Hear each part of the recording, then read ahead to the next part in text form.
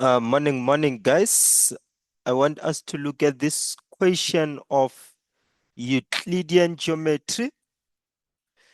It's early in the morning and it's a good way to start a day just to take short question of Euclidean geometry. So let's read the information from the diagram. They're saying in the diagram below, ABED is a cyclic quadrilateral. ABED is a cyclic quadrilateral. So let us look at the cyclic quadrilateral they are talking about. ABED, A, B, E, D, it's a cyclic quadrilateral. Let me highlight it with a red color. Let me show you the cyclic quadrilateral they are talking about. ABED, it's a cyclic quadrilateral, which means that the opposite angles are supplementary. Remember, with a cyclic quadrilateral, opposite angles always add to 180 degrees. So if we take angle A and add it with angle E, the value is going to be 180 degrees. Opposite angles of a cyclic quad always add to 180 degrees. The same with angle B2 and B3. This one added with T1 and T2.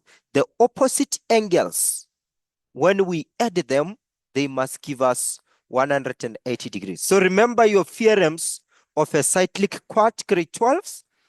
If you have a circle like this, let me just give you a circle, and you have a quadrilateral, you have a cyclic quadrilateral like this one, which I'm drawing here, and you have this angle here, which is 40. You can be able to find X. How can you find X? You know that 40, when it's added with X, must give us 180.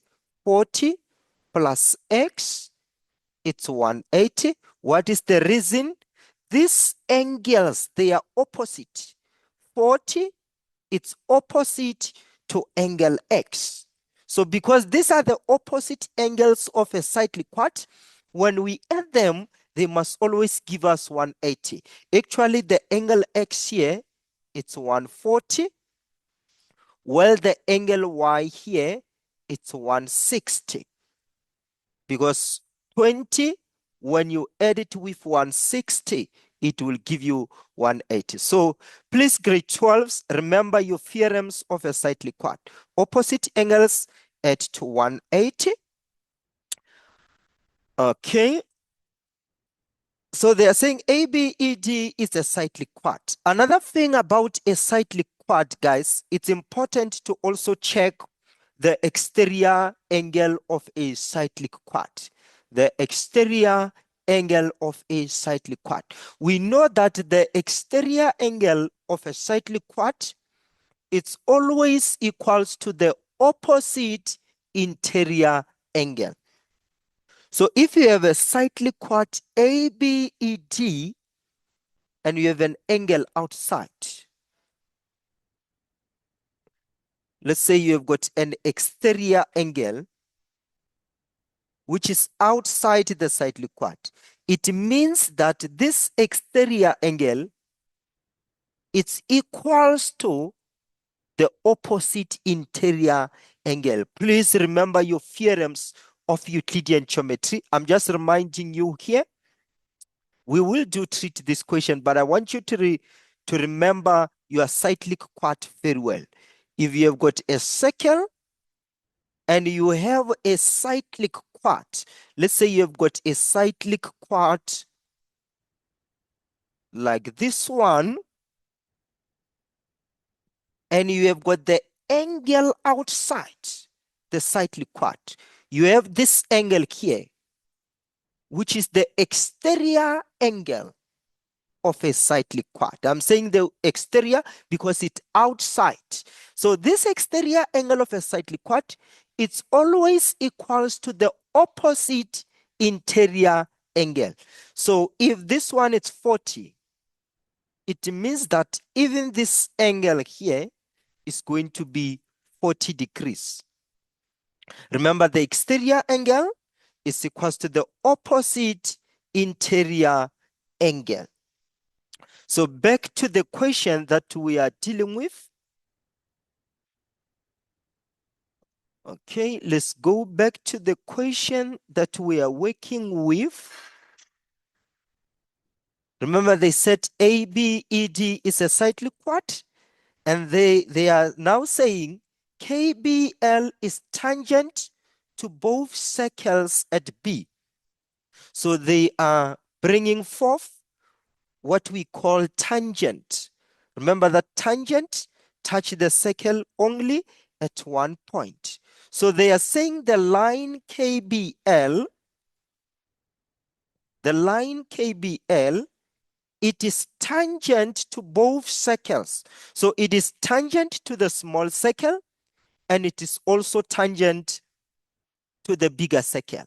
So once they give you a tangent in your geometry problems, you have to look for the theorems such as a tan chord theorem. You look for the theorem such as tangent is perpendicular to the radius. You look for the tangent drawn from the same point. So in this question, I'm going to put my focus on the theorem that says the angle between tangent and a chord is equals to the angle in the other segment, tan chord theorem. Please remember your tan chord theorem very well. So here on the question, on the diagram, we have this tangent line, which is KBL. KBL is your tangent. It is tangent to both circles. Let me put my focus for now on the small circle. So if you look at the line CD, the line from C to, CB, a line from C to B, it's a chord because it is touching both the circumference of the small circle. It's a line from one circumference to the other circumference. So that is our chord. So we see that the angle 30 in this case, it is between the tangent and the chord. The angle, it is formed by the tangent and the chord. The tangent is meeting with a chord at the point B. This is my tangent, and this is my chord. So the angle 30 is an angle between the tangent and a chord. And what do we know about the angle between the tangent and a chord? We know that the angle between the tangent and a chord is equals to the angle in the other segment. So we have to find out which angle is it in this case. This angle 30, we have to check it is equivalent to which angle. Na 30 illegal angle thing. So what I'm going to do, I'm going to use my chord CB. I have got C, I have got B. So I'm going to draw a line from C and also draw a line from B. I'm going to meet at F. Line from C and line from B, I'm going to end at F2. This means that the angle 30, which is B1 actually, the angle B1 is equals to the angle F2. The reason is what? It's your tan chord theorem. The angle between the tangent and the chord is equals to the angle in the other segment. So remember, they said this line KBL is tangent to both circles. So I want us now to go to the bigger circle. Let's go to the bigger circle. if we go to the big circle, we see that this tangent KBL meet with a chord AB.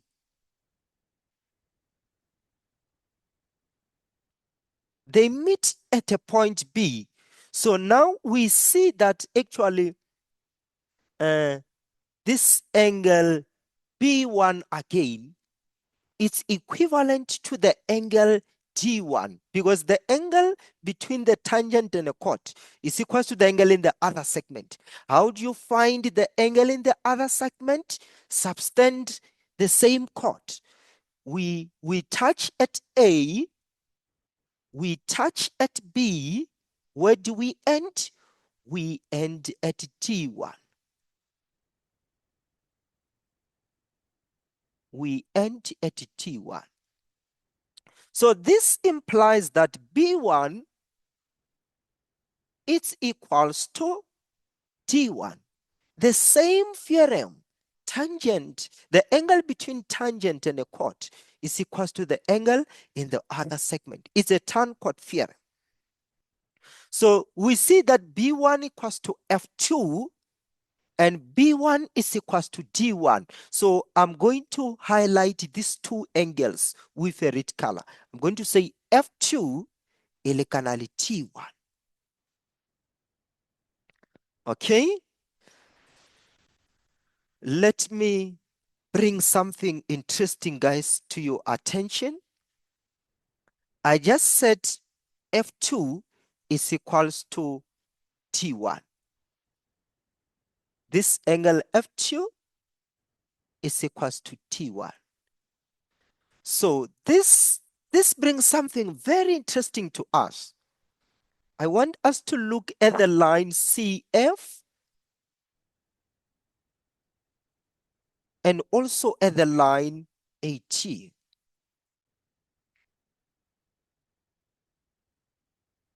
And then create this other line which touch these two lines CF and AT. Let us look at this line, the line BT. So you can see that somehow I have formed an F shape.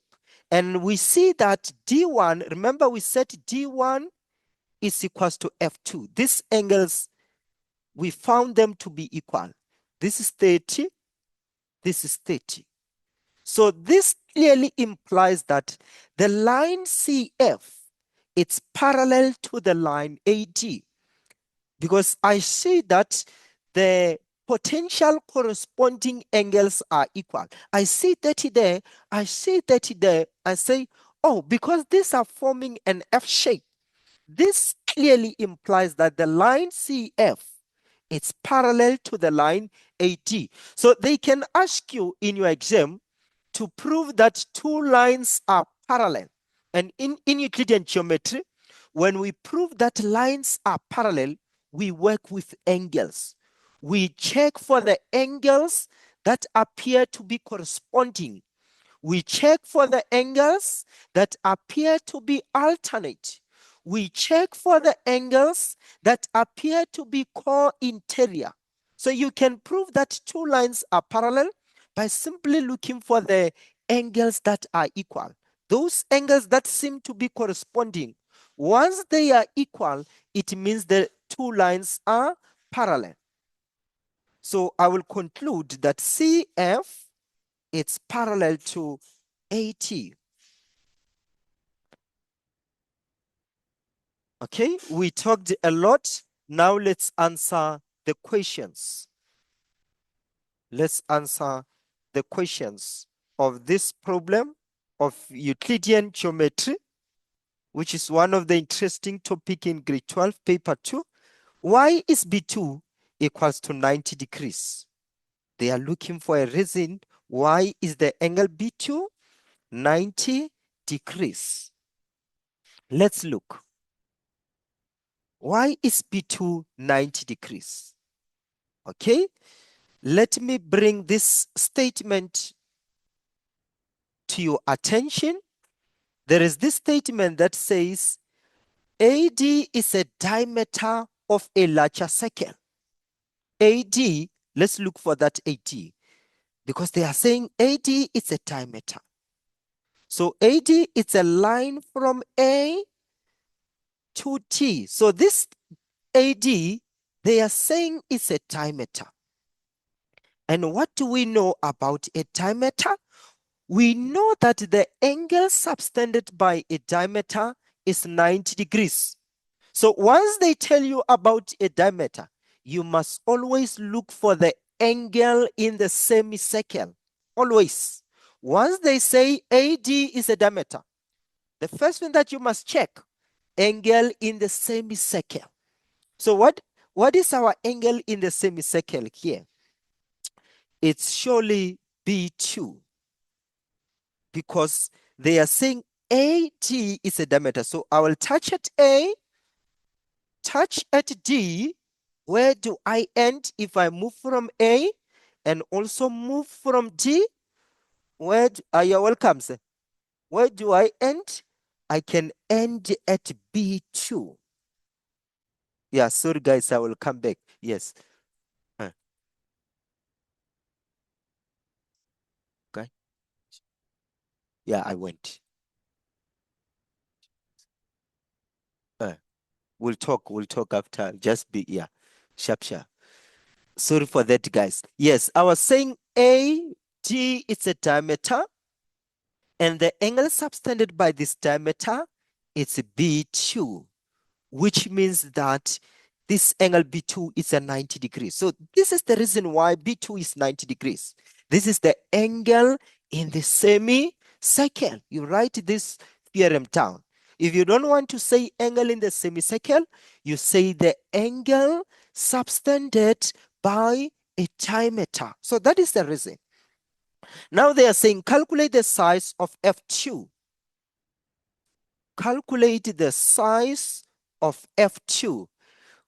We already actually calculated the size of F2, but let me just remind you, I set F2, it's equivalent to B1 because of a Tarn-Court theorem. B1 is equals to F2. Therefore, F2 is 30 degrees. The reason is Tarn-Court. Actually, once you say B1 equals to F2, closer to this statement, you must write the reason. Tarn-Court theorem. So F2 is 30 degrees because it's equivalent to B1, which is 30 degrees. Check it, it's your Tarn-Court theorem. Now they are saying, prove that CF is parallel to AD. I've already proven this one for you guys. I said since F2 is 30 and also D1 is 30. How do I know that D1 is 30? B1 also is equals to D1. It's a Tarn-Court. It means that even D1 is 30. So because F2 is 30 and T1 is 30, the line CF is parallel to the line AD. The converse of a theorem that states that corresponding angles, yes, corresponding angles of a parallel lines are equal. So this is how we conclude that the line CF is parallel to the line AD. Just because F2 is equals to D1, this F2 and D1, they appear to be corresponding. So because of the theorem that says corresponding angles of parallel lines are equal, we conclude that CF is parallel to AD. This is an amazing question. Please make sure that you understand it. Calculate the size of E. Now we have to find the value of the angle E. So they are looking for this angle here, which is called angle E, this angle here. How do we find the size of angle E? Interesting. Let me check the marks. The mark allocation says it all. It's very important to check the mark allocation because the marks tells you the amount of effort you have to put when you solve the problem. 3 marks. The size of E. Okay, what do I know about this E which they are looking for? I know that E plus A is 180. Remember, we talked about a cyclic quadrilateral. So we have got A, B, E, D, yes, A, B, E, D. We know that this is a cyclic quadrilateral, which means that the angle A and the angle E, they add to 180 because we are saying opposite angles of a cyclic quad are supplementary. Opposite angles always add to 180. So angle A plus angle E, it's 180. They are looking for the angle E. They want me to calculate E. But for now, I know that A plus E is 180. What is the reason? Opposite angles of a cyclic quad. Okay?